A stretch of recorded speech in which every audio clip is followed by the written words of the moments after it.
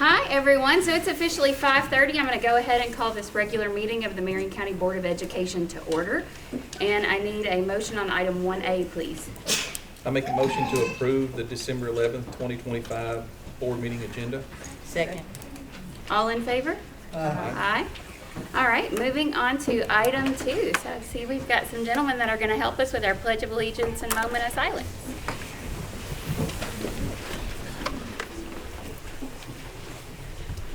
Attention, salute, pledge.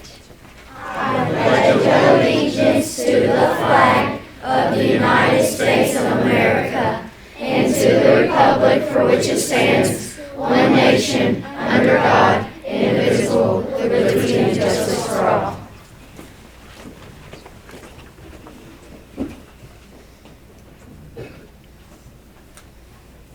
Thank you all so much. Thank you, gentlemen. All right, moving on to item 3 is communications. 3A is public comment. All right, we can move on to item 3B, which is the fun stuff, our Calvary Elementary School student presentation.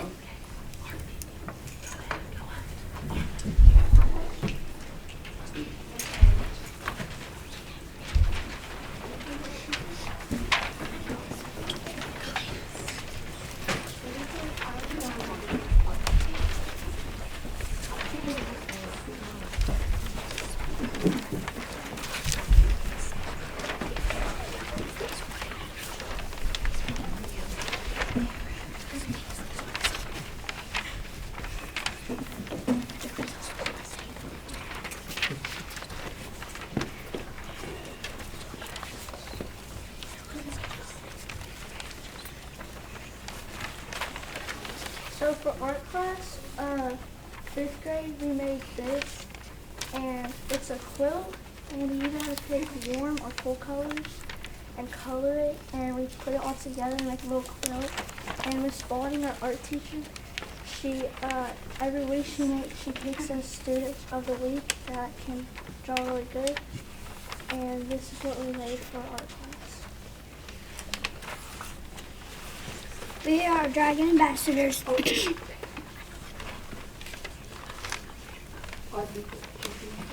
So this is Zentangle pumpkins.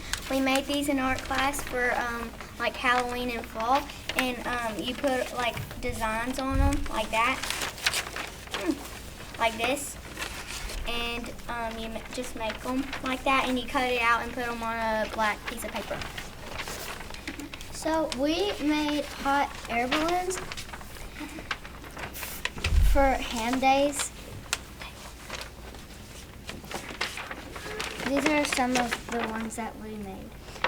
We made them we colored them, drew the hot air balloon, we traced it out with a Sharpie, and we made squares, and we drew pictures in them, and we colored it with crayons, and then we took water and dipped a paintbrush in it, and we spread it over, and it made it look like this. So we made an art project in art class called Pointillism Trees, and we made it like this. It's where you use the tip of your paintbrush and you make little dots, and it creates anything you want. And we used a Q-tip, and we used little dots to make the trunk and the leaves. So what Kennedy said about the pumpkins, we made them for Halloween and fall and stuff. Here is an example of one. This is mine, and we made it for fall, and our art teacher, Miss Spalding, picked me and Kennedy Inns for the Student of the Week's pumpkin. This also, 5th grade, we made Yoki zucchini pumpkins, and you have to pick different colors and paint the pumpkins. Then you gotta add dots in it, and you had a black construction paper, and you have to draw lines down the back. You have to glue it on. Fifth graders are making pics to Picasso pictures, so this one's mine.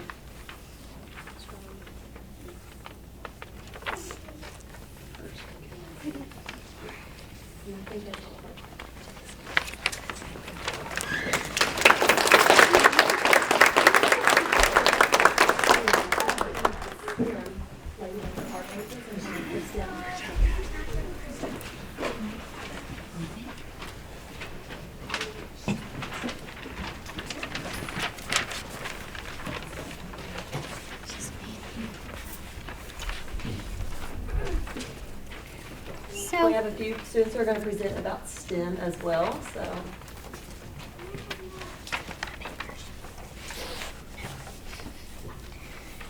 So we were doing this, and it's so basically there was the elves had a snack machine, but they couldn't get the snacks when they got tired because the magical wind kept blowing the snack machine around. So we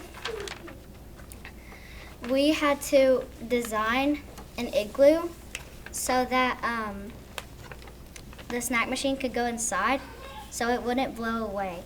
So we got to pick our materials. We got index cards and marshmallows. And so this is an example, and this is one of ours. So first we took two index cards, we glued them together, and we made a semicircle. And then we took two more index cards and glued them on each side, and we made a house. We made a little door so they could go inside. And then we took a hair dryer and we blew it and it stayed up. So recently this year we have gotten a new pet in STEM. Her name is Liz, and Miss Kane is the one that brought her to us. And she is a bearded dragon. And she came in October, and she is an omnivore, and she loves crickets and lettuce. So about the igloo again, we made it because what Everly said, and we tested it out earlier this morning at school time. And we took a blow dryer, put it on the code setting, and blew it and saw whose wouldn't fall apart. And not a lot of them fell apart, like only maybe one fell apart because two marshmallows fell off.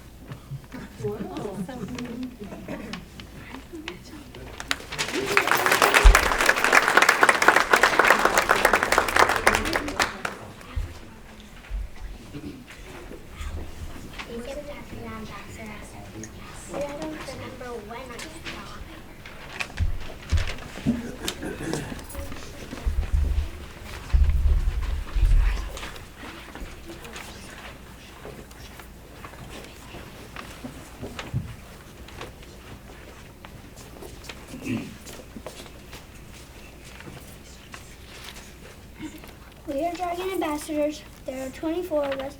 We are new to Calvary Elementary. Dragon Ambassadors have never been here before. Miss Brady, our Dragon Ambassador teacher, has welcomed Dragon Ambassadors in, and she teaches us to help people out and do all kinds of different jobs. As Dragon Ambassadors, we read to kindergarteners every Friday. So basically what we do, we get a book from Miss Keeling, but if we don't get a book from Miss Keeling, our teachers will provide us with a book, and then we go and read them to the kindergarteners. We are making Christmas cards for the nursing home and residents, and Miss Brady let us use some materials, and we're making them, and we're going to give them to the nursing home and residents in Lebanon and Campbellsville. We're also going to be making goodie bags for teachers in the school. the upcoming field trip the student ambassadors have, we will be going to the Sluggers Museum, and we will be learning about Jackie Robertson, and we're going to learn about his leadership, and he's going to bring leadership to Calvary. So we have like Dragon Ambassador jobs. There's Miss Keeling in the library. There's greeting at the front door. There is greeting in the cafeteria. There's in the gym. There is, and there's more, but I can't name all of them. Morning announcements. Oh, and morning announcements.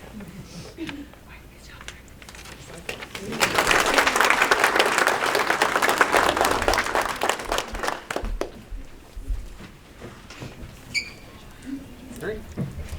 Awesome. Thank you all so much, and thank you for welcoming us to your school. We're so excited to be here. All right, moving on to item 3C is our student recognition. Mr. Brady? Yeah, so we'll start out recognizing our MCHS golf team. Miss Brown, I saw you back there somewhere. Do you want to come forward? Would you like to say a few things about it? And I do. I have a couple of students yeah, here to yes, recognize as well. absolutely. So our golf team has been very successful, probably our most successful season, I would almost bet, forever. We have 6 seniors who are graduating, and 3 of those went a good distance into postseason, which was amazing. So first, our female golfer is not here tonight. She's out of town, but she was our Heartland overall winner. So she won the individual award for Heartland. She was the 4th region overall individual champion, and that put her straight into state. She competed in state first round. She made it to second round of state. She also qualified for the 2A qualifier and as an individual, and also qualified for all-state tournament based on points for the season. So that's Miss Samantha Abel, and she's going to be going on to Eastern Kentucky University this year. So our second are 2 young men, if you all want to come forward. I have Jacob Tingle and I have Landon Bradshaw here with me tonight. And these 2 guys have competed all season back and forth as to who is going to be the top golfer each tournament. So I'll start with Jacob here. Jacob made it to the final round of state, tied actually for 85th overall for the entire state, 5th in the region, which put him there. And then we also have Landon, and Landon also qualified for first round of state. And he was the overall Heartland champion, individual champion for the Heartland Conference, shooting his career low of a 68, which is amazing. So these 2 guys, thank you all very much. Awesome. Thank you. Stay up here if you want. Okay, I'm just saying, I've got another group. Flip my card. Yeah, so next we'll recognize Beta. So Yes. So our Beta program has also a very rich history. And nationals this year, we took 20-some kids, about 21 students, I believe, to nationals in Orlando, and walked away with 4 awards, which was amazing. Our musicology was 2nd in the nation, which is amazing, and 3 of those 4 students are coming back, which I'm excited about. So Will Blake graduated, but I have Harper Blake here today. Harper, you want to come up to be recognized?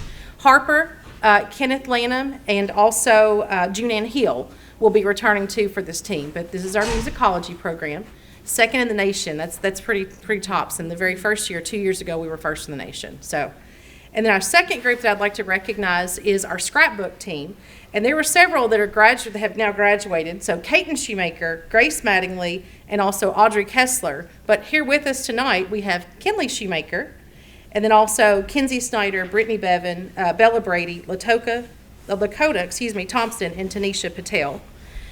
And so our scrapbook team, if you all have not seen Scrapbook, this was 9th in the nation. It compiles all of our efforts for the entire year, all of our service projects, all of our membership data, our information from states and events that we hold, and all the things that we do, and they do a great job showcasing all that we do at the high school. And then individual winner, we also had Anna Allender in pottery. She was 10th place in the nation in pottery. She graduated. And then we were also named, Marion County High School Leadership was named the 2025 National Outstanding Leadership School for the entire country for senior beta. So quite a bit to be happy about. We walked away from state last January with 33 awards, and then still one additional 4 this year. So I just want to say thank you. The amount of time and effort that you put into beta, it does not go unnoticed. And then signed on to be assistant golf coach too. I know. I'm really good with paperwork. That's what I keep telling everybody. I'm really good with paperwork. So yeah, Buck Robinson could not be here tonight. So he asked me to step in. I was going to be here with Beta anyway, so it was easy. Okay. Perfect. All right. Thank you. Thank you all so much.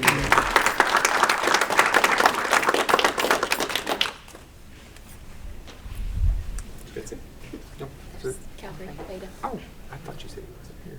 Is it? Oh, Okay, Owen, I did not think you were here, so there you are. So Owen Thompson, we'd like to recognize him for beta for the math. So anything you want to say about that? No. No? Well, that's okay. Can I give my old student a shout out? Sure, absolutely. Owen is one of the most gifted math kids I've ever had the privilege of being a principal or a teacher or anything like that. We was a little last minute with getting our test taken. So the day of, we had an issue with he was sick or couldn't hear, so we were rushing. We got it in, and he took it the day of, and he had a perfect score. Perfect score. And so it was time that means, so he couldn't have done any better. Proud of you, buddy. Hope you're doing well. So Awesome. Awesome job. Thank you. And he ended up 6th in the nation. Awesome. Wow. Wow. Like number 6 in the nation. I just think it so I mean, it's awesome. It is awesome. We're so proud. Absolutely. You should be. You should be. I'm looking at Congratulations. parents, I'm like, Congratulations. where's your Thank you. parents?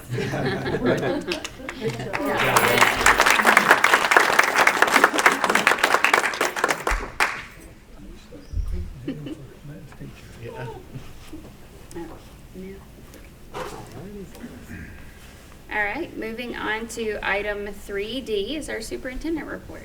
All right, so we have a few things to share this evening. First, we'll start with facilities like we typically do.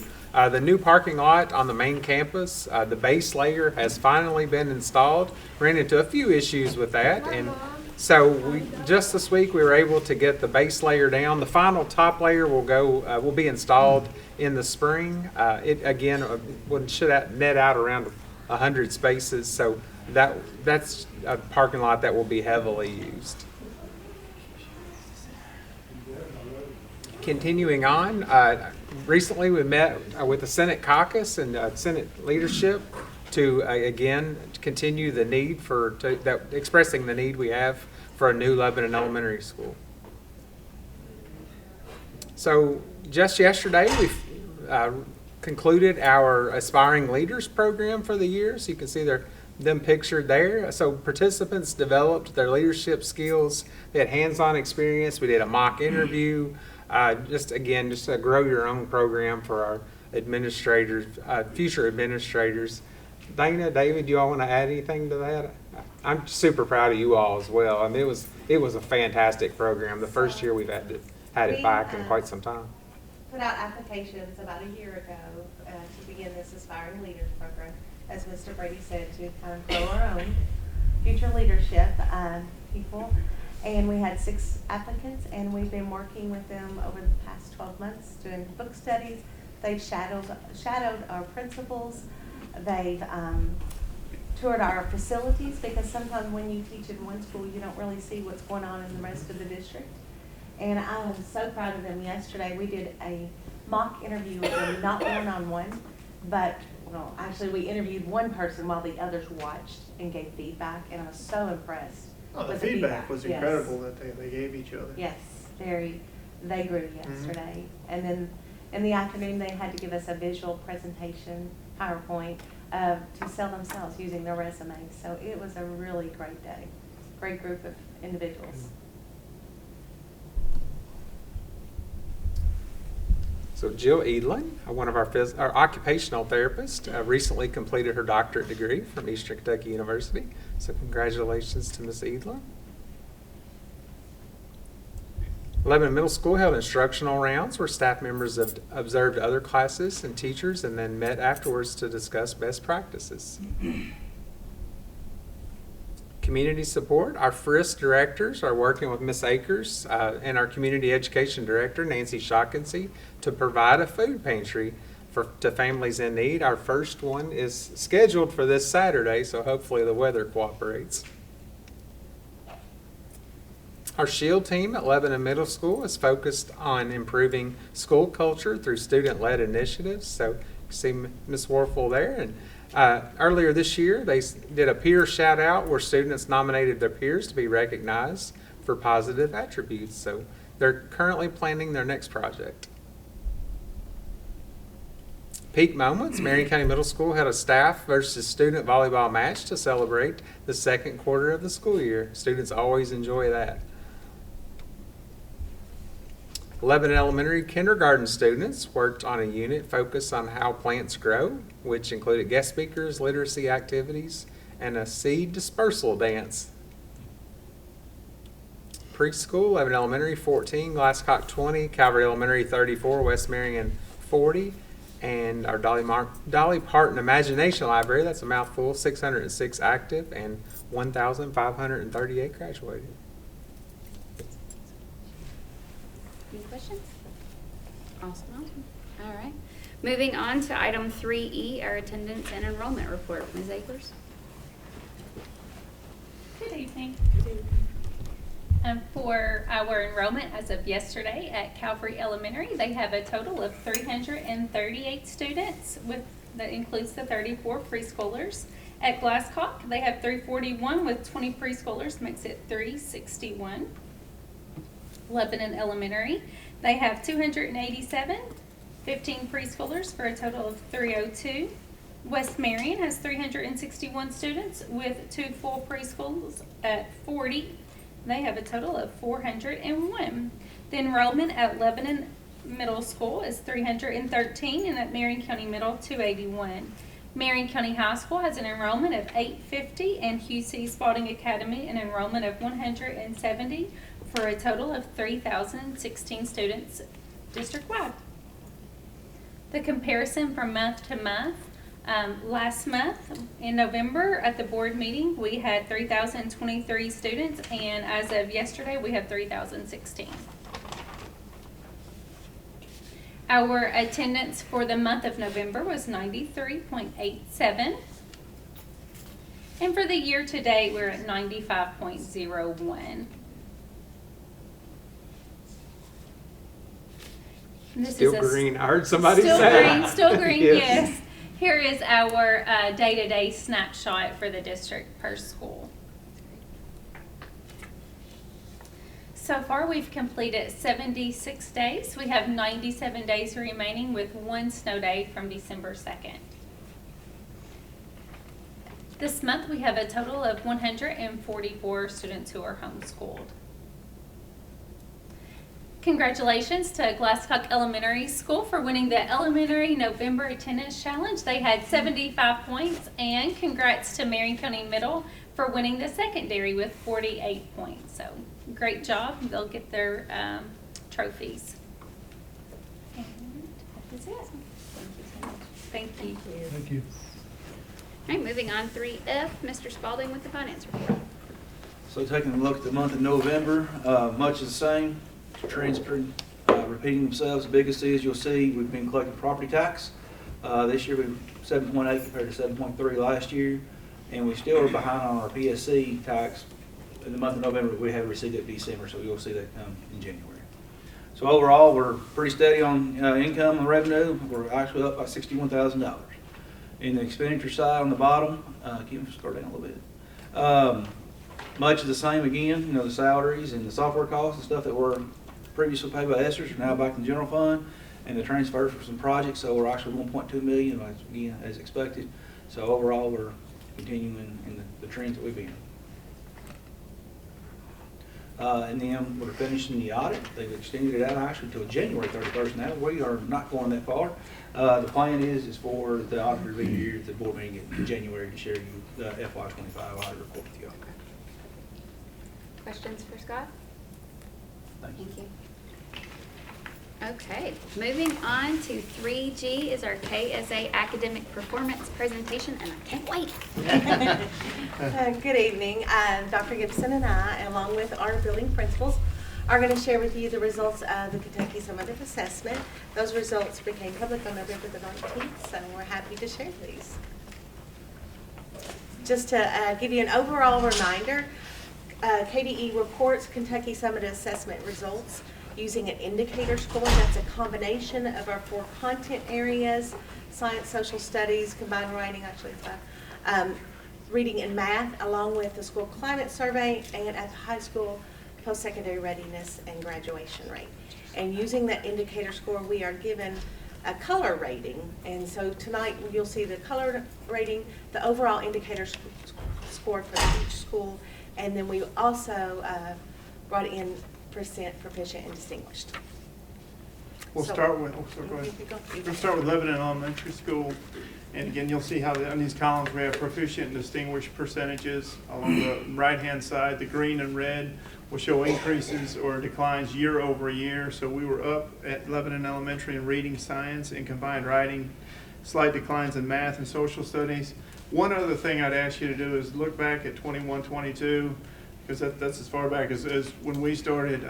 The combined writing score is something I want to point out, 19% back in 21-22 to 57% on our most recent KSA. And talking about next steps, Benji, you want to talk a little bit about that? So our next steps, we're not doing changing a whole lot. Our main thing is continue to focus on using our HQLRs for math as well as reading, which is CKLA and Amplify, as well as iReady Math, and making sure we're using them with fidelity based on how they're designed.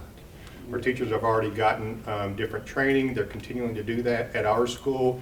Since we do partner with Kentucky Department of Education, have a coach in our school, they continue to have professional learning communities with that coach to dive further into that curriculum to make sure we're being consistent for every single grade that we're doing, both reading and math, and incorporating the writing, science, and the social studies as well to build it all up, not just for 3rd, 4th, and 5th grade testing areas, but for every single grade level that our students are in. We want to continue to make sure, like I said, mentioning our writing prompts. As you can see, our writings improved a whole lot, and I'd like to say a big shout out to Ms. Steiner, our 5th grade on-demand teacher.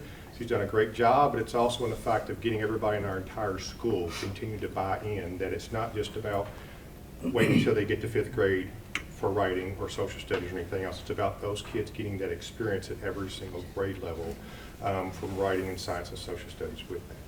We're going to continue to create different assessments that are more KSA-like, making sure that the kids are getting the same experience throughout the whole school year and not just waiting until testing time from the state. We're going to continue to analyze our students' assessments from iReady, as well as both formative and summative assessments during professional learning communities. Basically, we sit down with the teachers, look at our scores, look at our tests, see what's working, what's not working, and make the different adjustments to their lessons for our students. We will continue to use Inquisitive for our science. As you can see, our science scores went up. It was sort of a guessing game of how are they grading science, how are they doing it with the state, what we were doing, we were feeling good about it. We just needed the scores to back it up. So we're continuing to go down that path. Our teacher was very pumped up about that. We're going to continue to improve our area of math holistically, because we've got to make sure that when kids go to the next grade level that they're on the level that they need to be, so that way it does not set the next teacher up to have to work a little bit harder. So we'll continue to do that, embed writing into our different classrooms so that kids continue to get that every single grade level. Our biggest thing is, and I'd like to give a big shout out to all of our staff, from all of our teachers, our instructional aides, our custodians, and everybody else, of the importance of a team effort.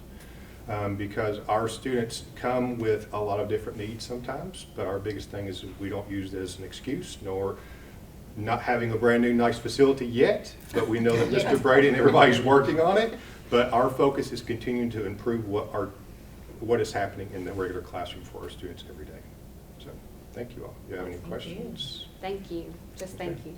Thank you all. I do have, I want to thank you too before I ask a question. Okay. But we have the new curriculum this year. How do you see that working with your teachers and students? Do you Our teachers had a little bit of exposure to it a little bit last year, even though we have a different version this year, so they've had to sort of start all over again with that. We've got some hiccups, but a lot of our teachers at our school are sort of seasoned teachers. They've been around a while, and knowing that they've had different textbook series, different other series, and different curriculum come in, and they know it's going to take some time to dive into it, to really get to know it, to really live and breathe it. So our goal is going to take some time to really get into it, especially when kids are in the older levels, intermediate levels, of having that prior exposure to it and having that foundational skills built into it before they get to the next grade. We were already seeing that with some of the previous skills that we're doing for foundations. After 2 or 3 years, our intermediate teachers like, I'm starting to see that improvement with their phonics and their phonemic stuff. But the biggest thing is just, it's going to take some time to do that. So, anything else? No, the kids seem like they're eager to learn, and Oh, yeah. the teachers are eager to give. Well, and that's important of Yes. our teachers, and I've been bragging about them is, you know, with the new curriculum, we're asking them to do something that we ask our kids to do every single day, which is learn something new. And it's hard for a teacher because they want to be as prepared as possible when they go in there. And sometimes they're having to relearn some new things and go back and try stuff again. So, but our teachers at our school are doing a fabulous job with that. I think everybody's doing 100%. Thank you. I love it. All right. Kim, can you go back there just 1 second? I forgot to mention something just at the top of that one right there. I forgot to mention the overall indicator score, just a tad one. Did go up from 55.3 to 61.7. All right, so next up is Calvary Elementary with an overall rating or indicator rating of 80.9 versus last year of 93.3. We took a little dip in reading and science and writing there, but increases in math and social studies. And I'll let Mr. Terrell tell you about their next steps. Sure. It's going to sound similar to these high quality stuff that Mr. Manley was talking about. Our next steps will be focusing on our reading, getting that where it needs to be. And we are excited about CKLA and how that's going to help us grow. If you don't mind sliding down my slide, I'm pretty good, but oh, thank you. Thank you. Keep going. There we go. Thank you. The next big part would be our lesson internalization. The teachers they're diving in. I do like it with what your question was about how is it going in the schools. It's cross contents too. It builds in that science and that social, which is fantastic. We've seen growth in all those areas, and we're excited about that and continuing that growth. Just missed out on blue back-to-back years. Wish we could have got it, but we know where we're going forward. A big part too is going to be our assessment tracker that we use here. It's how we track the data that we have in our PLCs and making sure we're being very focused on those to see how our assessments here are lined up with iReady, which we just took this week, and how it leads us into our KSA at the end of the year, so we can make sure that our assessments are rigorous and really testing the standards that we're focusing on teaching. And also we have to make sure we maintain math. Math at 75% is outstanding, very, very high, but the way KSA is, if we go from 75 to 70, that slight of a jump, it's almost double dips you, where you get deduction because of growth as well. So we have got to maintain that outstanding math performance that we had last year. Well, I'm going to ask a question. Go ahead, please. Shoot me. When the students, and of course the teachers are there with them, when they were taking this midpoint test, how did they feel about that? Did the students feel... You talking about iReady? Yes. The diagnosis that we do? That they're stronger? Did they go further? Let's go both. So reading, we were excited about reading, especially with the novice reduction. We had about 144 kids, actually I know exactly, we had 141 kids that took the test. We only had 14 that fell into that novice category, that 20th percentile below. So that's awesome. We love that. That's really good, because with novice, you've got to get that novice reduction, get those kids where they can perform and be, when they get to, to the high school, they're able to perform and be successful. Our biggest issue right now is we have a big apprentice bubble. So I'd rather have a big apprentice bubble than that novice bubble, but it's not bad. Math looked good. If you were to look at iReady, it looks like reading is outdoing math. But I like to look at, I like to look at the percentile. So where do those kids stand up between? If there's 100 kids that took this test, where would these kids be? So I look at that 50th percentile. Math looked pretty strong. We were happy about that. Again, 75 is going to be a hard number to get to because it is a higher score.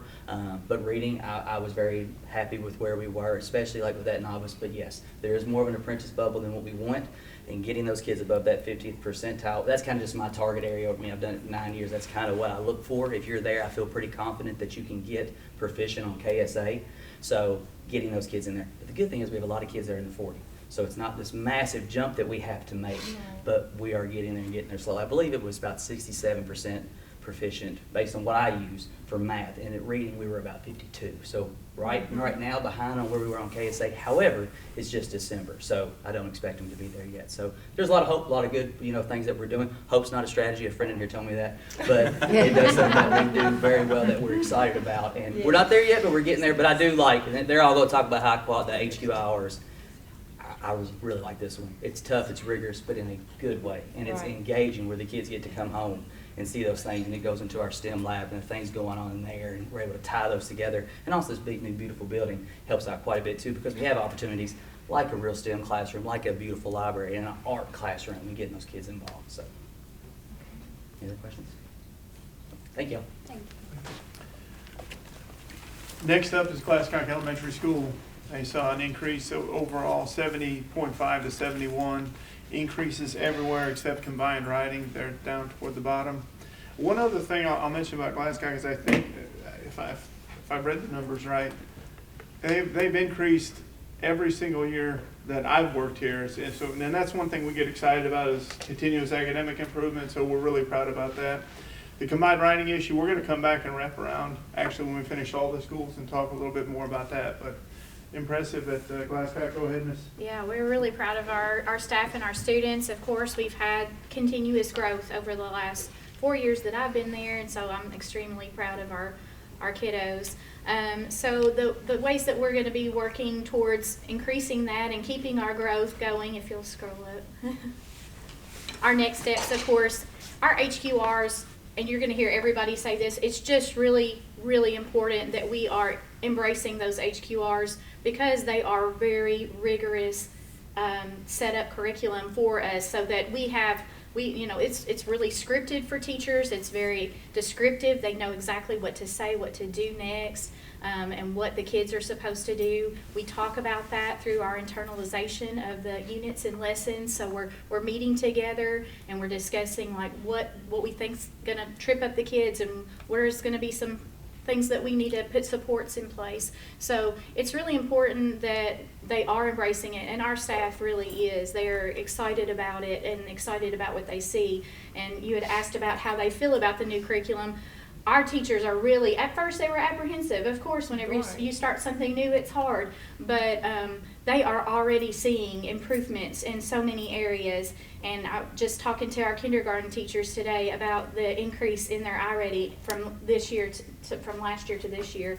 And they're seeing so many more improvements in lots of areas. One in particular was handwriting that they started out with. Just, you would think that's a very minimal thing, but that's a basic skill we all need. Right. And the CKLA starts out with just drawing lines, and they said, why are we doing this?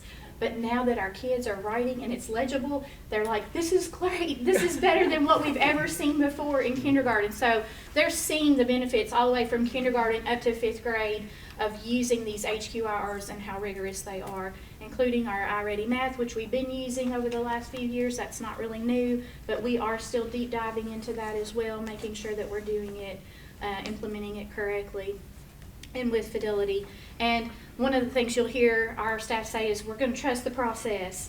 We don't know exactly, how this is all going to pan out in the end, but we got to trust the process because we've adopted this curriculum and we want to see it through to see how it works for us and how it can help our students. Our biggest goal this year, of course, because we did dip on writing and it is a low area for us, we want to be very intentional with our writing focus. So we are working hand in hand with our instructional coach, Kathy Mattingly. She's really given us some good feedback on what we can do to better our kids. We've already had our first on-demand writing prompt, and we're seeing some progress with that, get a lot of feedback to go back and work with the kids on. But it's not just in 4th or 5th grade that we're being intentional. And in our HQR, our Amplify does incorporate writing, and so we're trying to do as much writing as we can, starting even with our 1st and 2nd graders. They're writing about what they're learning so that it can trickle up as they move. So we're excited about what we're doing and being very intentional with writing across the curriculum, and not just in the classrooms, but in our specials too. Our specials teachers are working and collaborating with our classroom teachers on implementing, putting in infographics in the library and doing projects in the art room and writing about that as well. So we are trying to plug in writing in every aspect of our school so that we can make growth. In our social studies, we still want to grow in social studies and science, of course. We're not where we want to be, so we are very intentional with that. Our DBQs, which is document-based questions, so what the students get, primary documents and articles that they can use to read and then use that evidence to back up their writing. And so that just really helps in the writing process as far as on demand as well. So the DBQs and the content writing and social studies just also complements writing across the curriculums. Our science focus this year is really being on getting learning targets addressed and making sure that we're addressing all of the standards. Inquiry learning, having kids being investigative in their process of learning science and talking about it and doing it in groups and pairs, and also writing about it. So you'll see when you go in those classrooms, they're hands-on, they're in the floor making things and creating things and exploring, and I think that's going to just enhance what we're doing in that area. Our pair assessments that we use, we try to mimic KSA-like questions. Even when we don't really have those given to us in the curriculum, we're trying to build those in to give practice for kids, and it just helps them, because just understanding what the test is going to look like at a third grade level is huge, because those kids, that's the first time they've ever seen those tests before, and it's scary. So if we build in questions like that throughout the school year within what we're already doing, then it's not so scary, and they're used to seeing questions like that. We have created school-wide interventions in reading and math. It's built into our master schedule this year, and so it's very intentional. We have 30 minutes of reading and math, 3 days a week with our daytime ESS people coming in and helping from kindergarten all the way up through 5th grade. So kids are getting extra help in small groups, which is just another bonus, another support to put in place. And then weekly progress monitoring. Our teachers are assessing students weekly and giving me feedback on how that's going. If they're below a certain percentage, then they go back and they do reteaching and reassessing to make sure that students are getting the content, so that we know for sure that we're not just, skipping over things and leaving kids behind. And lastly, data-driven decisions. We are talking about data all the time.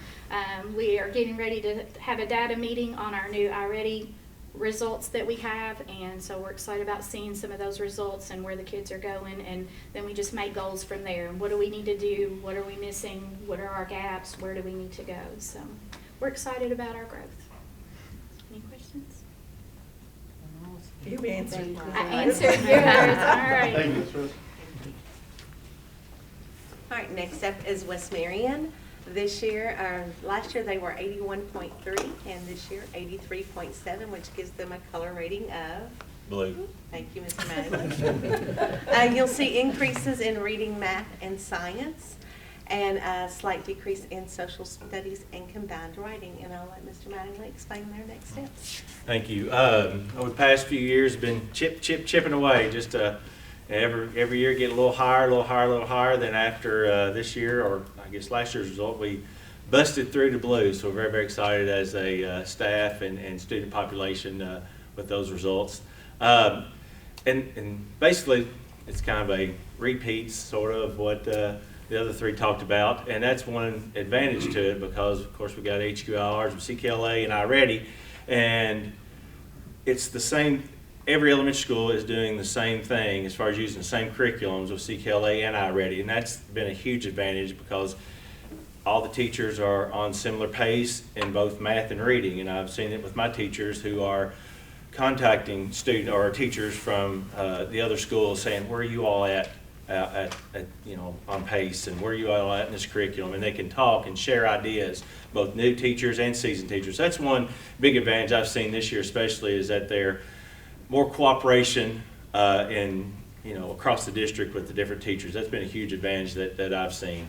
And specifically in math, one of the things we saw was a shortcoming was some of our short answers wasn't up to par with our math.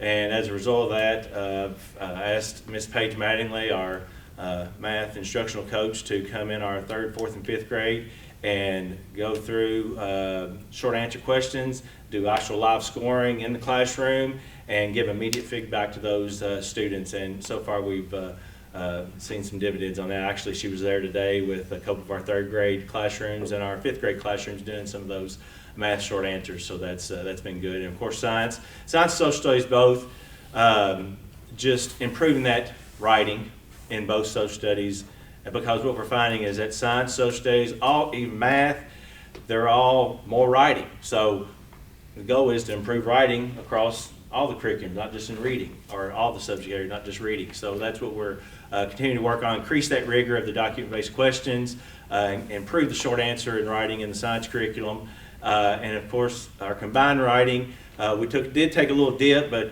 last year it was 82%. We dipped to 74%, which is still very good. So we have a daily writing time with our 5th grade, and our related arts teachers come in at the beginning of the day and tag team with one of the 5th grade teachers, and every day they spend at least 30 minutes a day writing, each and every day from 8:30 to 9. So we've seen big dividends. That's paid big dividends with our writing. And of course, I think Jennifer mentioned earlier with peer assessment, just making those KSA type questions so those students are familiar with the lingo, especially those 3rd graders who this is their first year in taking. But kind of to piggyback on the HQIR, what we found with the CKLA, what we found is that it does a super job of also incorporating that science and social studies, which is something that we've wanted to do over the past years. But this curriculum just blends it in naturally. It's not forced. So and they're getting that from kindergarten to 5th grade. So I think we're going to see great dividends with science and social studies in the future years.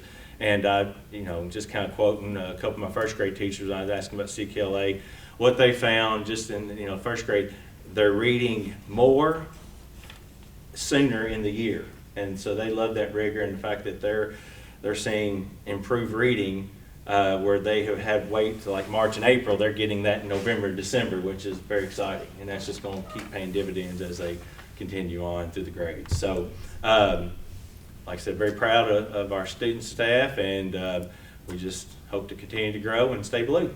Any questions? I have a comment. Yes. I was in Miss Shoemaker's class today. Uh-huh. And just watching the kids work back and forth and how she worked with them was just amazing, I thought. Was it math or reading? She was doing it all. Okay, well, good. That's good. She was working all of it. Good. And it was just amazing how they worked together. Well, good. So I was really picked. Well, I'll go back and tell her that. Appreciate that. Thank you all. Thank you. To add to what Mr. Manning was saying, our teachers across the district are probably working more collaboratively than they ever have in the past due to the high quality instructional resources. So very proud of the teachers and the effort that they're putting into all of this. And I know that was something that we tried very hard in past years to make sure that they were on pace with each other at each school, because we have so many kids moving in and out of different schools. And it just made and helped those students. They come in and they're not exactly, but very, very close to where they were, so they can pick right up and move on. And it's also very helpful for teachers, because you're going to have to go back and regroup and help those students that were behind. So I am thrilled that that's really great. I think except as well with the redistricting that has happened, that has, with everybody being on the same page, has helped tremendously because of the redistricting. Speaking the same language. Yep. One other thing, if we can mention about West Marion, we're like Glasscock over the past 4 years, continuous academic improvement every single year, so we're really happy about that. Next up comes the middle schools. Marion Middle first, increase from 65 to 70.4. I mean, I hate to say a decrease in reading, really, it's more flat. I mean, I hate 2%. Increase in math, science, social studies, and combined writing are both new. But really excited. I want to just take a moment and thank the board for the reconfiguration, because I think the numbers here really look good. So, and we'll hear in a little bit, not to ruin Dana's presentation on Lebanon Middle, but And, you know, somebody might say, well, of course it did, we reconfigured, but what did it take from? I mean, we're about to look at the high school and they didn't lose anything on it, so I think it's overall just a great decision that you all made, and I want to thank you. Go ahead. Go ahead, Kim. So some of our next steps, just like the elementary school, of course, we have the HQRs in place. We have Sabbath in math, and then Amplify for reading. So we're just continuing to find new resources with that. We also work with Lebanon Middle School collaboratively through our PLC process. Our teachers meet together once a month, and that gives them an opportunity to really dig into those new resources to plan out how they're going to use them for the next month. So that's been successful. Our KSA-like assessments, which they've also mentioned, I mean, we have dove into that. We have looked at the blueprints. We know exactly how many multiple choice, how many multiple select, how many of this, and we have set those tests up to mimic that exactly. So those kids are used to that format. Even our kids can tell you, if it's multiple select, there's 5 choices and 2 right answers every single time. They know that. If a teacher messes up, they will tell the teacher that's not right. They know that a multiple select has squares, not circles. And the teachers are amazed that the kids have picked up on that, and they know that. Also, something we added this year are data meetings, and once a month each teacher meets individually with me. They have a data binder that they bring with weekly data that I go through with the teacher, looking at not just the results but the quality of those weekly assessments to make sure that they are as rigorous as they need to be. We're continuing to plan for vibrant learning opportunities. We know that that's something coming more than likely from the legislature. So, you know, really looking at really getting those kids engaged with activities, and also trying to highlight those through our Facebook page and so forth, and our parent newsletter and things like that. We've done some coaching cycles this year. We identified through our KSA scores that our highest amount of novice was in social studies. So we've had our instructional coach there doing 6-week cycles with our social studies teachers, really focused on that novice reduction. And that's been fantastic. So a shout out to our instructional coaches for that. We have our win time, which is what I need in the afternoons, and that is very much tiered so that those that don't necessarily need interventions are getting enrichments, and those that need enrichment or need interventions are in small groups. And one thing we noticed on our iReady test that we just gave, those kids receiving those T3 interventions, which are the very small group, I'm talking 3 kids with 1 teacher, those kids improved. Almost every single one of them. So that's showing that is working. And then lastly, walkthroughs are a big piece of our culture. I do walkthroughs daily. My assistant principal does walkthroughs daily. The kids expect it, the teachers expect it, and it's just part of our culture. And that's how we monitor what is going on. I go through every classroom every morning. So if someone were to ask me, you know, well, what are they doing in 6th grade science today? I know because I was there. So. Y'all have any questions? I will say to all the principals, I do keep up with Facebook and what's going on, and it excites me that the students are so engaged, and they're very interesting lessons that you're doing, and so I'm excited. I do keep up with it. And were you going to talk about the change score? Yeah, I was going to mention that too.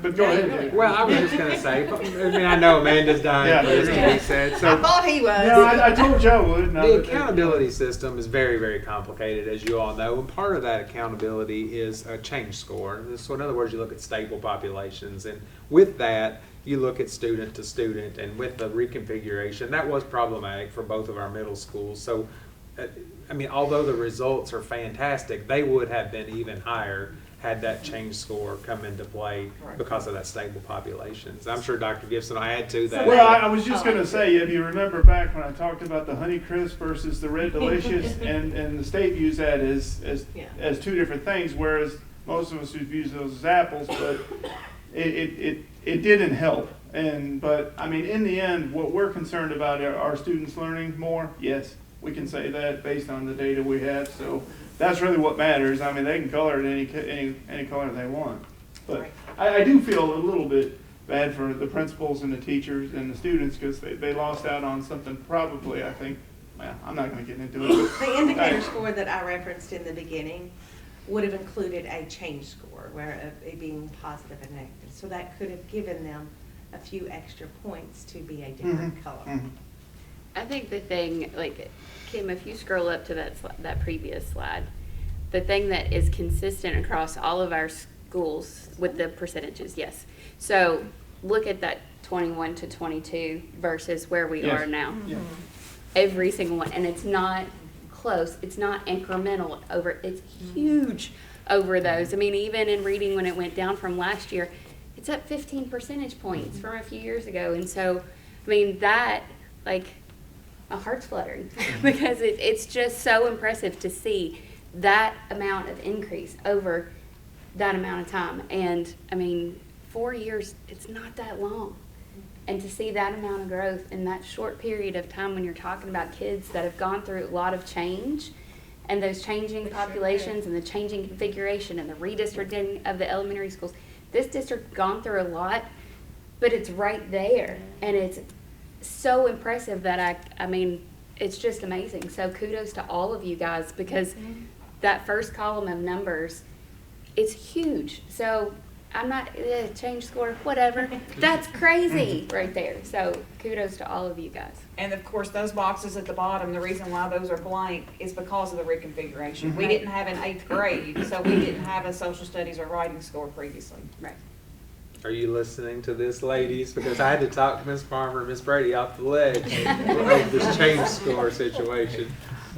I just We're want good to now. say, what we care about is our students learning more than they did before. Yes. They, like I said, whatever color we want. And really the color will be gone here in a little couple of years anyway. So. And I'm not really a blue fan anyway. Well, we certainly don't want red.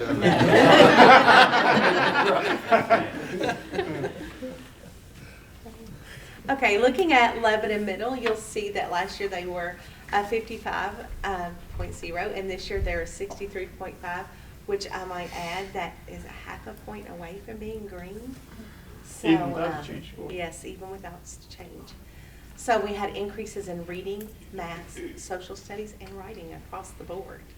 And you'll see no color for science because they did not have that population to test the year before.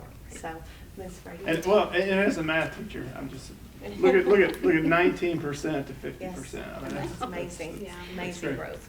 So we are super excited, and we were a half a point, and my assistant principal's also a math lady, and she went in and dug, and I think it was like five kids. Like, you know, we were like we analyzed it in every which way. But standing alone on our academic side, we were half point, and who needs a change score anyway, right? And I feel like I look great in blue, but you know, that's a whole other story. So one thing that I'm super proud of and I enjoy is the partnership between Marion Middle and Lebanon Middle. So everything that Amanda Farmer talks about that they do at Marion Middle are things that we do at Lebanon Middle.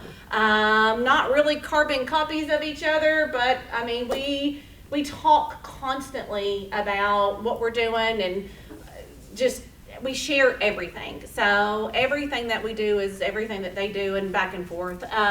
So we do keep a really strong instructional focus. Our teachers have kind of a recipe for teaching. We call it the 7 components, and they are dedicated to that, and I preach that. I mean, they could pass the offering plate just because we want to ensure that what we are doing is effective every day. So that is something from class to class, grade level to grade level. Instruction is, they are required to have certain components every day to make sure that what they're getting is effective from the get-go. We also do data meetings too, and I think that has been something big for us this year to make sure that we're going to stay on this positive trajectory. We meet about once a month, 3 weeks of instruction, and then I meet with my teachers in a team. So I have all of my math teachers together, and then all of my science, all of my social studies, and we talk about what standards have you just recently taught, what did your data look like, what did the common assessment data look like. We keep up, we share the same common assessments, we develop those in unison.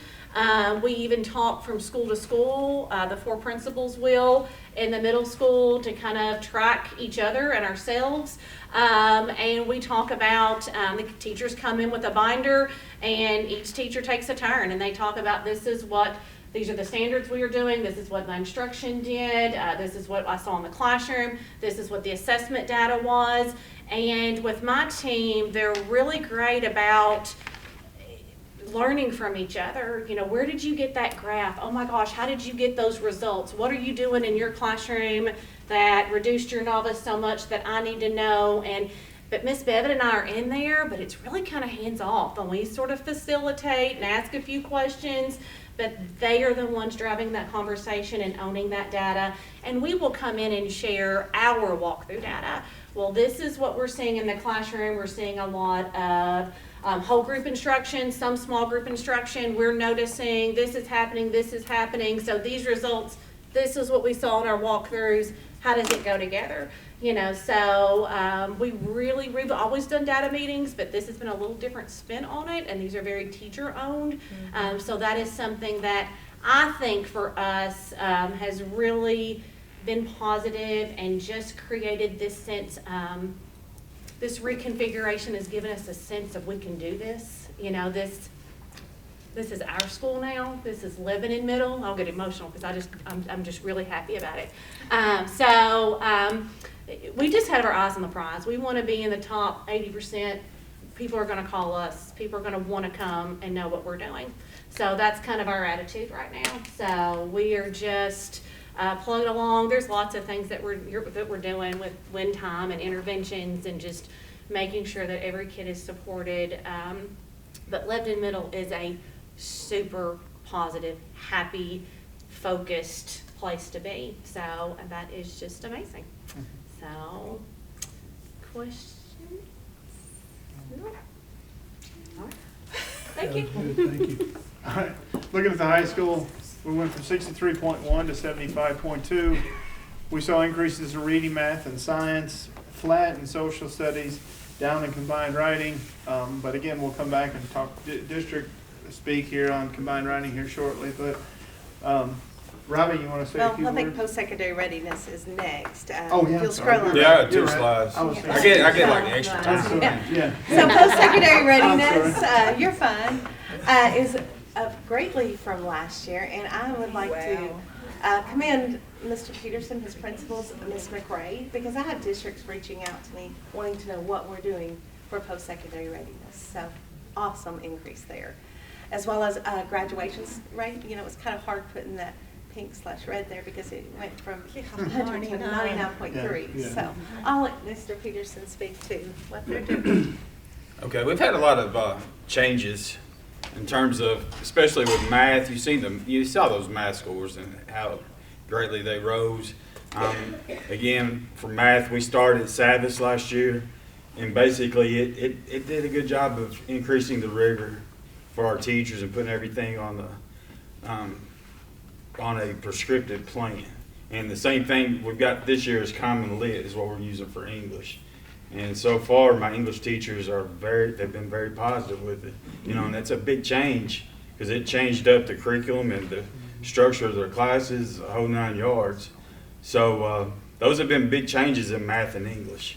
One of the biggest changes we've probably made, and some of you probably heard about, is our assessment structure. We went to an every other Thursday with our core classes. Shorter tests, KSA-like. Following day, reteach, reassess.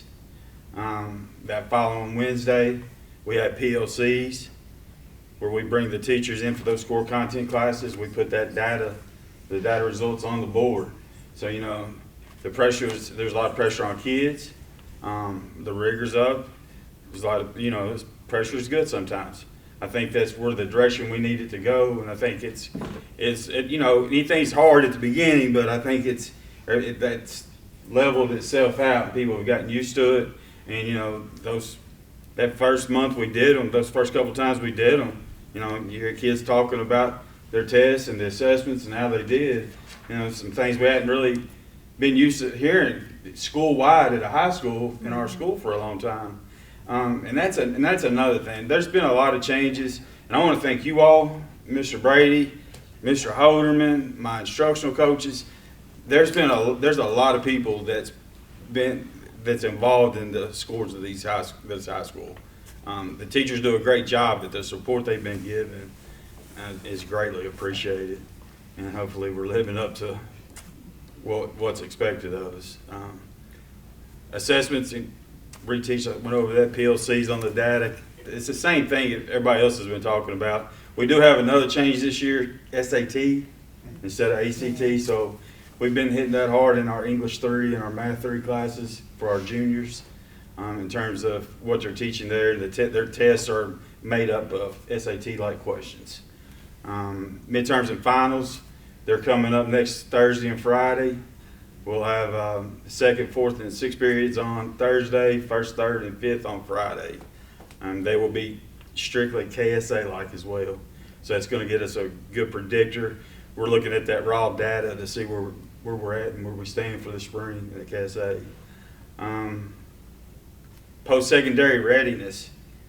There's such a tremendous amount of work that goes into this, and I wish Ms. McCrae was here because, I mean, she takes a big brunt of this in terms of, we're right now, Miss Evans, the last couple of days, I mean, she's been finishing our curriculum guide in terms of our pathways and everything for next school year. In January, we'll have a scheduling fair for the following school year to get schedules already created. But post-secondary industry cert tests, EOPs, into program tests. We've got co-op students who have completed pathways to get jobs in those pathways. And those are all of those points for those post-secondary readiness. Even our work-based, our schools to work, which is experiences in work-based opportunities, they log so many hours, we get credit and points for that as well. So that's all that goes into making a high school. I mean, it takes a whole lot of people. Students got to work hard, teachers got to work hard. And that's one of the biggest things at the end of last year, and that's one of the focuses we had all summer, was every student, every minute for 60 minutes for 6 periods. And, you know, and that's what it takes. Whether they're in a classroom, whether they're in a lab, whether they're out working somewhere. And that's, you know, and that's what we want to build in our community as well. The high school is such a big involvement, and it takes the whole community to get these kids where they need to be. But we're all going to be better off in the next 20 years, hopefully, when we need their help and they're taken care of. Y'all have any questions? I have a comment. Yes, ma'am. And this goes to all the principals and staff and the students and the parents and our leadership. I mean, we set a goal for Mr. Rating, which means that's a district-wide goal. That is communication. And all I've heard tonight, not all, but a big portion is you're relying on each other, you're communicating with each other, you're involving the teachers. They have ownership. They're controlling the narrative too. And then the beautiful part is the students are taking ownership. And when they know what they did right and what they need to go in and just get a little extra, and they're taking ownership. And we've always said, you know, if kids could be responsible, well, I think I'm hearing it. But it's not in a punitive way. It's in a positive way. When you trust them and give them their information, I just think that's powerful. I just applaud the whole. I've been around a long time. It takes a whole lot of support to give what we've seen on this board tonight. Yes, it does. You all are all to be commended. Can I make a comment? Yes, sir. Robbie, Debbie, she always tries to steal my thunder, you know, 'cause I don't have much thunder. But what impresses me, I'm totally impressed. I'm amazed, really, at the progress we've made and what you all are doing. But what I hear from everyone is that I've always believed in a participatory style of management. You involve everybody that works with you, under you, and you all are doing that so well that you've got the kids motivated, the teachers motivated, the staff gets motivated when you involve them. And I just compliment you, and I'm very amazed that you're doing so well. Thank you. I just want to add, so, you know, you've heard alphabet soup tonight, CKLA, HQIRs, DBQs. I mean, I could go on and on, CERT. I mean, you've heard it all.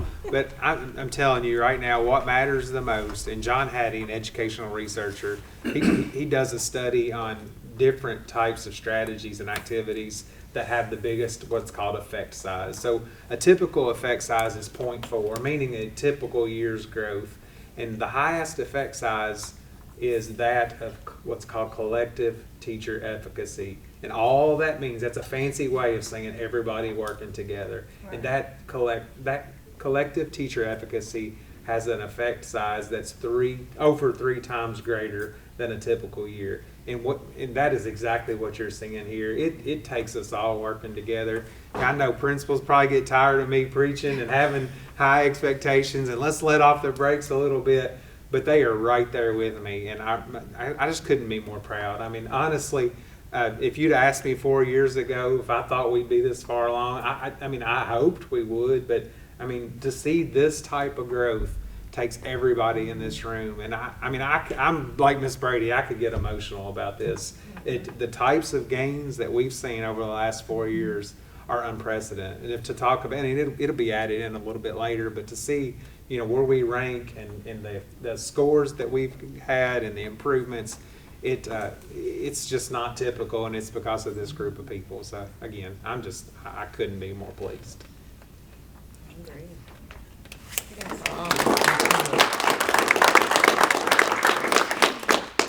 Okay, we'll move on. Thank you, Ms. Brady.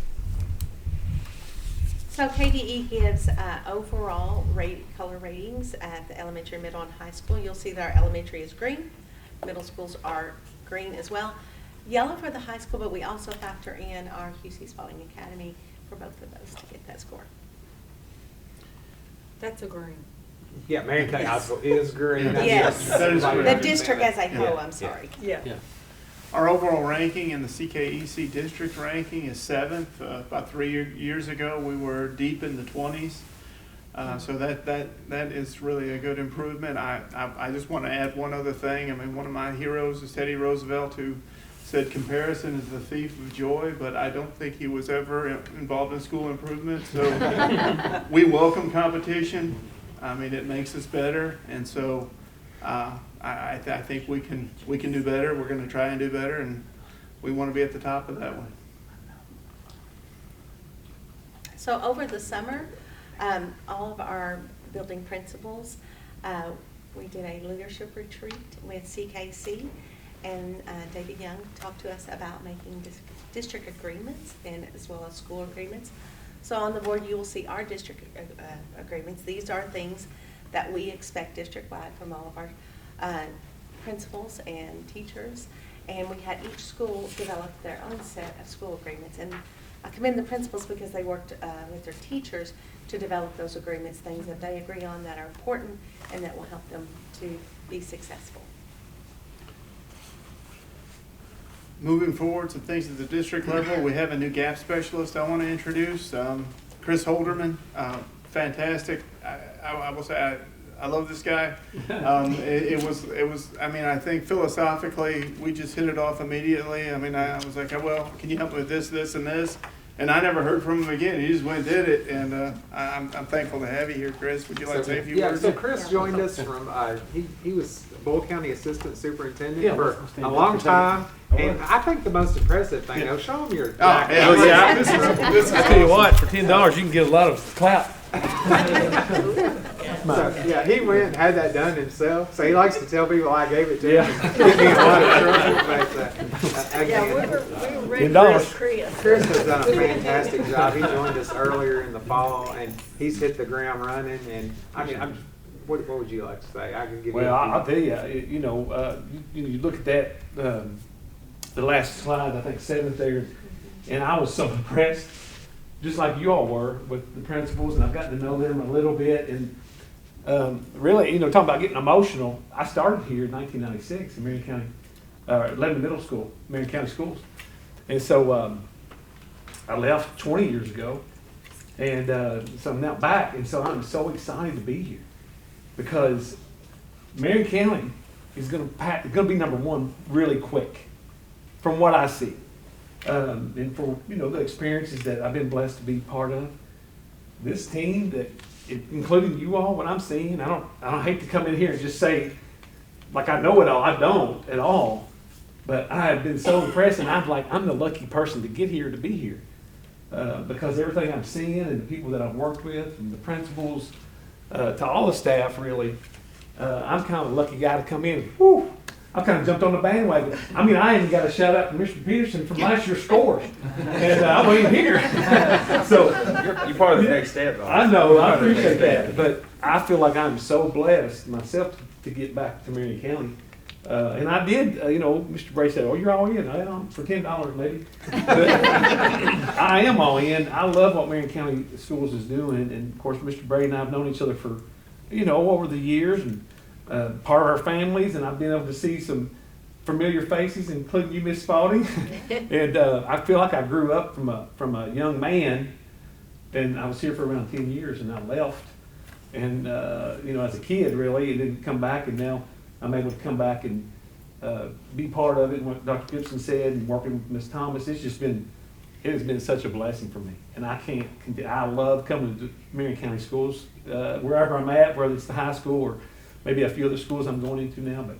But and so anything I can do to help is what I want to do, and I am all in. I'm all in Marion County Schools, for sure. I had to get rid of a lot of black and gold, and you will not see me wearing that anymore. For sure. But thank you all. Been very welcoming, and everybody here has been just super.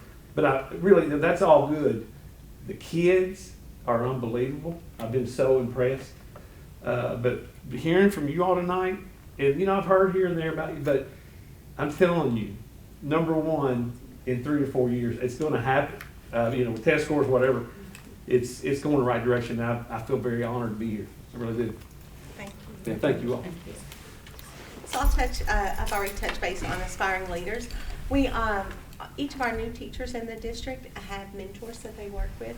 Next month, we're pulling on not just our new to the profession teachers, but new to our district teachers in to work with them one-on-one and provide them additional support. So we're looking forward to that. And do you want me to? We'll be revising some of our district procedures. For example, we know we have a writing issue across multiple schools, so we will be changing that probably within the next month or so to address that. Anything else you want to? We have a very high yield, high impact practice with live scoring.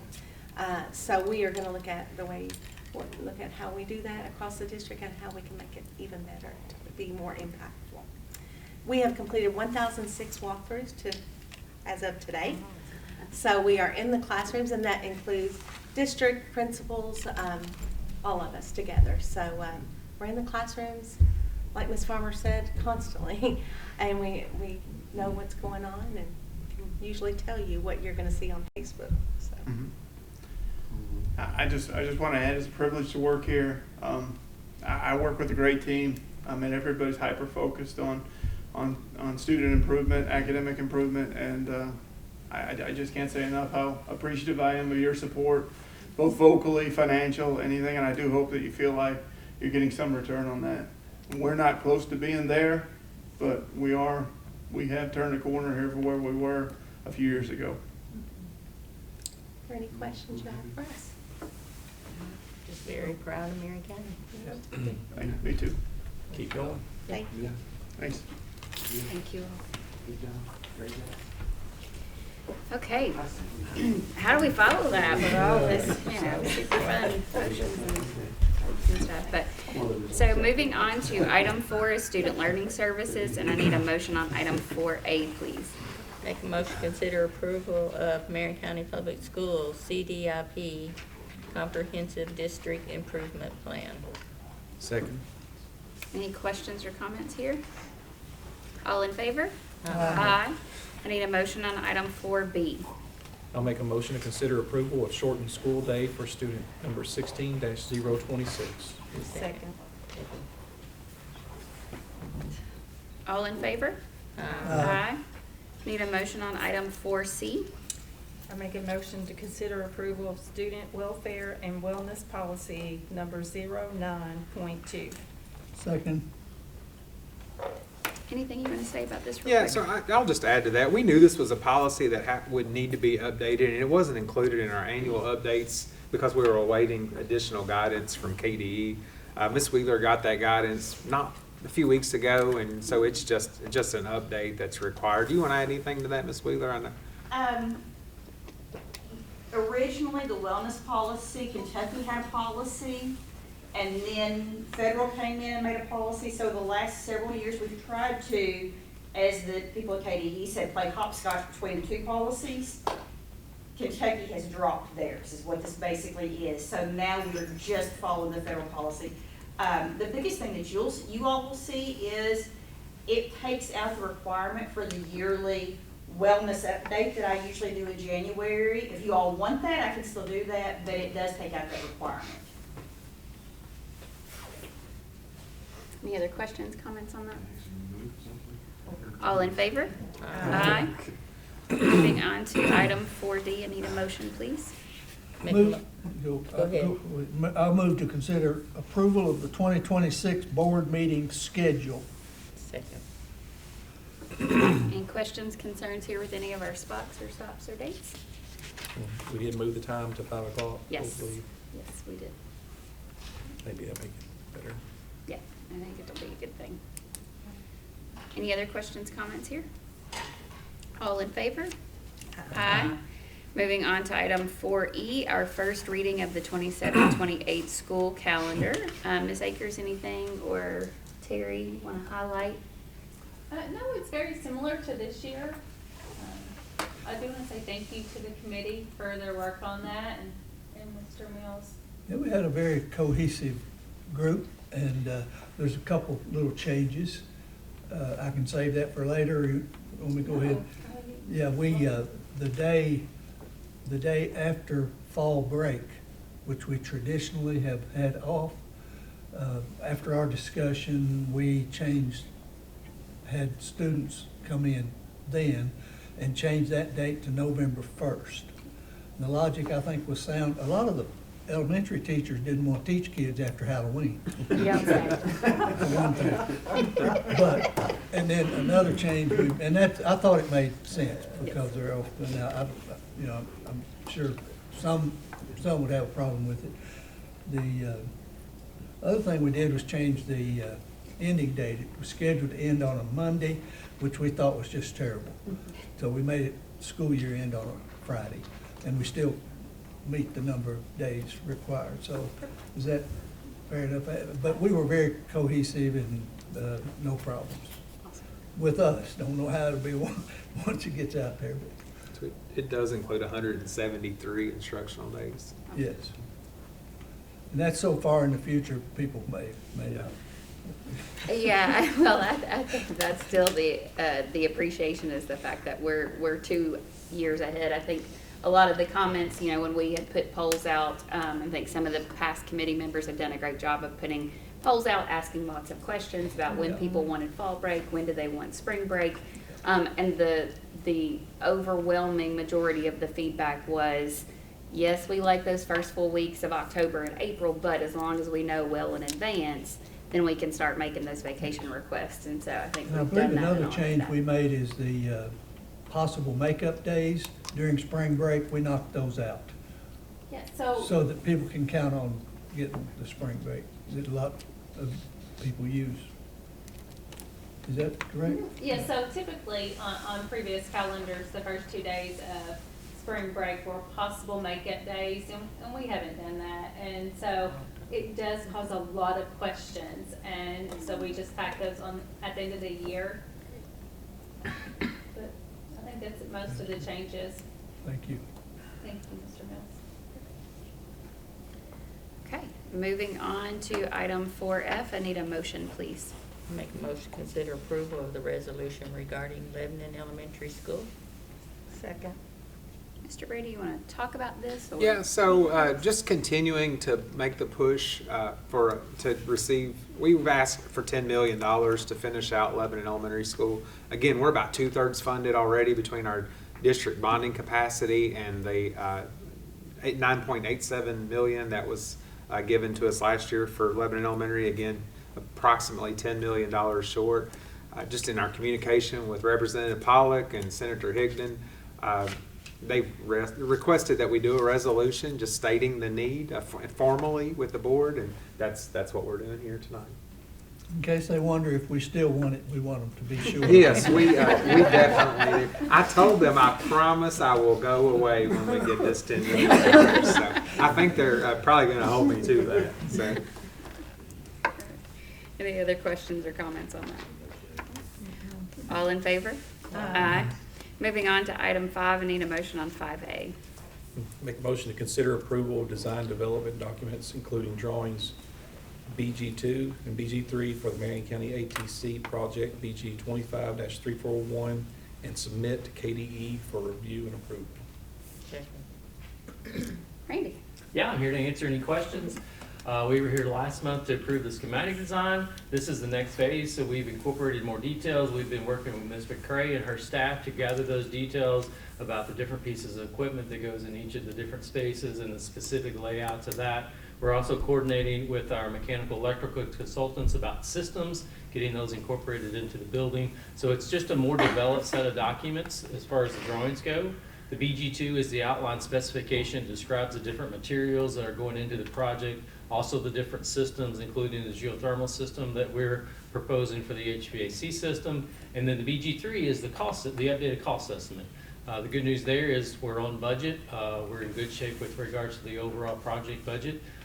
So we're asking for your all's approval of that so we can continue forward into the construction document phase, which we will be here, I think it's in February, for that approval, and then we'll be going out to bid after that, and the project will start following that. So I'm here to answer any questions you might have. We're just ready to go. Yeah. I'm excited about the progress. Yeah. Moving forward, we're right. making great progress, and it'll be happening before you know it. Thank you, Andy. Thank you. All in favor? Aye. Need a motion on item 5B, please? Make a motion to consider approval of pay app number 3 in the amount of $25,740.61 for the Marion County Schools parking lot, BG 25-345. Second. Any questions, comments here? Just under the wire, right? Yes, as Mr. Brady reported earlier, we got the base course of asphalt laid earlier this week, and just before the asphalt plant closes for the season. So we'll be back in the spring to finish that out and get it all, the top course placed and the striping, the final striping done. We are installing temporary striping so it can be used in the meantime, but it's a good parking lot for this winter's use. Any other questions, comments? All in favor? Aye. Need a motion on item 5C? I'll move to consider approval of BG 5 for the Marion County High School practice soccer field, BG number 25-066. Second. Thank you, Debbie. And that's closing it out? Closing It out. is, yeah. Okay. Yeah, and I just, as a parent of now 3 soccer players that will probably play in that complex, just the amount of positive comments from not only our own parents, our alumni players that came back and were like, the heck, like this looks awesome. Opposing team parents who have said, wow, this looks like an incredible soccer complex, not a nice smooth patch of grass that was really wonderful, and I'm super proud of for sure. And that was when there wasn't any grass seed coming up, and it was still dirt, and we've got kids loving life. I don't know what the kids that were playing in the dirt are going to do this year now that the grass is going to come in, but I'm just really excited about what it says to our community. Youth soccer is the largest and fastest growing sport in Marion County and has been that way for a few years. And so, and I don't think that there's been any major investment in that area or for that group for a long time, you know, since the field was installed originally, and that was that was after I graduated, because soccer was not a sport here. And I know that was just like a few years ago, but still. So just really excited about seeing that open up and how it looks in the spring when the middle school team plays there, and then in the fall when the next high school group jumps on there, and just really excited about what Coach Clements and Coach Culver will be able to do with their teams, and you know, potentially looking at scheduling tournaments and kind of hosting different things. So it's really exciting for those teams. And so just as a grateful soccer parent to our group, thank you all for the support that you've given those kids and those families. It is not unnoticed and it is most certainly appreciated. So thank you. I would echo that as well. So very few things that we do we get student feedback from. And I mean, I'll share a story. I was in TJ Maxx one day, and a Marion County High School student came up and wanted to talk with me about what was going on with soccer and how proud they were and how pleased they were. And that, you know, that just meant a lot to me, and I know it means a lot to you all, but it just, again, it's noticed. Awesome. All in favor? Aye. Need a motion on item 5D, please. Make a motion to consider approval of BG 5 for the guaranteed energy saving contract for HVAC replacements at Marion County Middle School and Glasscock Elementary School, BG number 24-415. Second. Mr. Brady? Yeah, so on this, again, a closeout. We do have a little over $48,000 in residual funds remaining on this project. That will be coming back to you all to do a revised BG1 on the parking lot and transferring those residual funds toward that. So I just wanted to add that in. So you'll be seeing a revised BG1 coming forward to utilize those residual funds. Is the final product good? Yeah. For closing this out? So. Yep. Absolutely. It's been a great project. Any other questions, comments? All in favor? Aye. Need a motion on item 5E. Make a motion to consider approval of BG 4 for the Glasscock Elementary masonry and window replacement project, BG number 24-122. Second. There's about 9,000 remaining on that project, just FYI. Peggy. Yes, Peggy.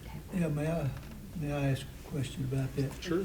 I'm looking at the attachment. I hate to be a downer, but can somebody make me feel better about that 60% change order?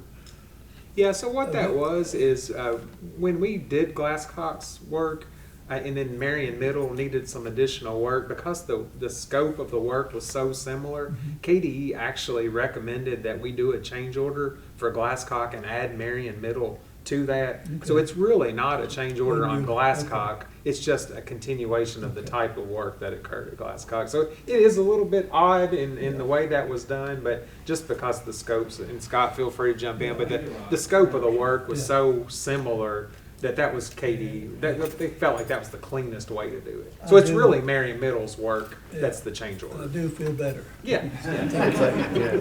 It's like two projects. Any other questions, comments on that one? All in favor? Aye. And it's my understanding we are tabling 5F and 5G? Yes. Okay, so we'll table those.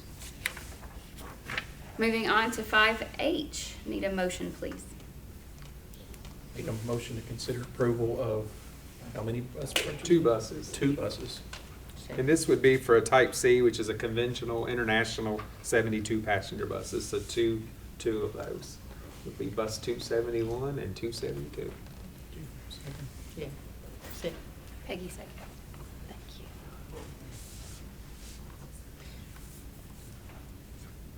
Any other questions, comments on this one? They will continue to have air. That was Yeah. my. Yeah. So they regular fuel, diesel fuel, Yes, not yes. hybrid or anything? Yeah. But they do have air? They do. Yeah. So we're now over half of our fleet, and we'll be well over half when these 2 buses come. So each year, KD releases the bus specs, And, you know, from there, that's where the order form comes from. So that's why you're receiving this now. We have to order those, how many months in advance, Scott? They say it's roughly 6 months lead time. We'll see. We're hoping to get them by June. Just ready to put the order in tomorrow after you're off Christmas, so get this started. And was there some conversation about an ECE bus? Are we looking at that for next year now?